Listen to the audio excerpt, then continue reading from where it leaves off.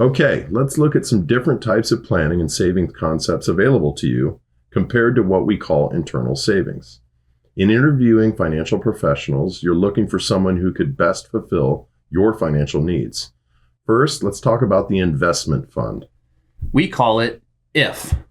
These salespeople say you could earn $6,000 in one of their accounts.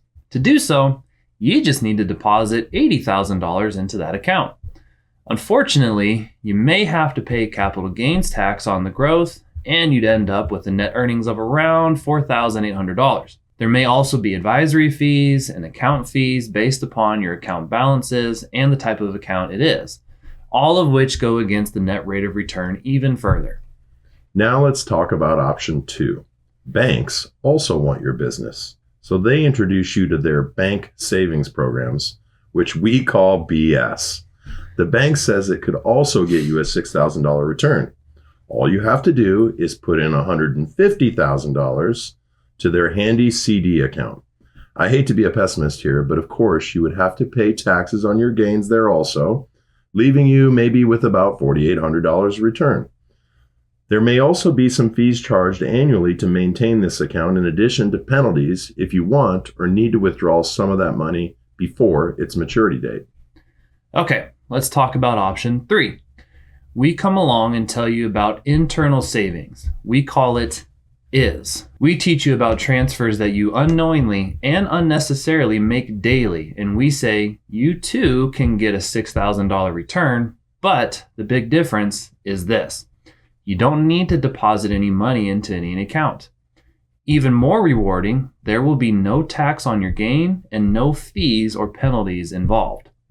Additionally, this is the only program where the full $6,000 is guaranteed. Now ask yourself, do you want your financial future based on if, BS, or something you know is going to happen? That's so cheesy, but so good. Here's an example. Let's take someone earning $100,000 a year and currently saving 8% of that income or $8,000. First things first, congratulate them because they are doing far better than the national savings average. Then let them know they would have $92,000 in residual income to pay all their bills and taxes. What if this person could internally save 1% of that $92,000, which is $920 extra per year?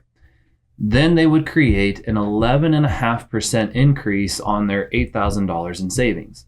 No fees, no penalties, and without spending one more dime out of their pocket. And with how much more risk? Absolutely none, because they simply became more efficient and eliminated $920 in transfers. So it begs the question, if you found $920 in transfers that before were going to another entity, but now you have use and control of it, would you save it? Look, it's not about your budget or spending less. It's about the efficiency of money. We'll be happy to discuss this with you in person or over the phone or online. We'll even do it all for free, as many meetings as it takes. That's what we give you. We just ask that in return, you will be willing to find those transfers and have those discussions. Follow us for more information.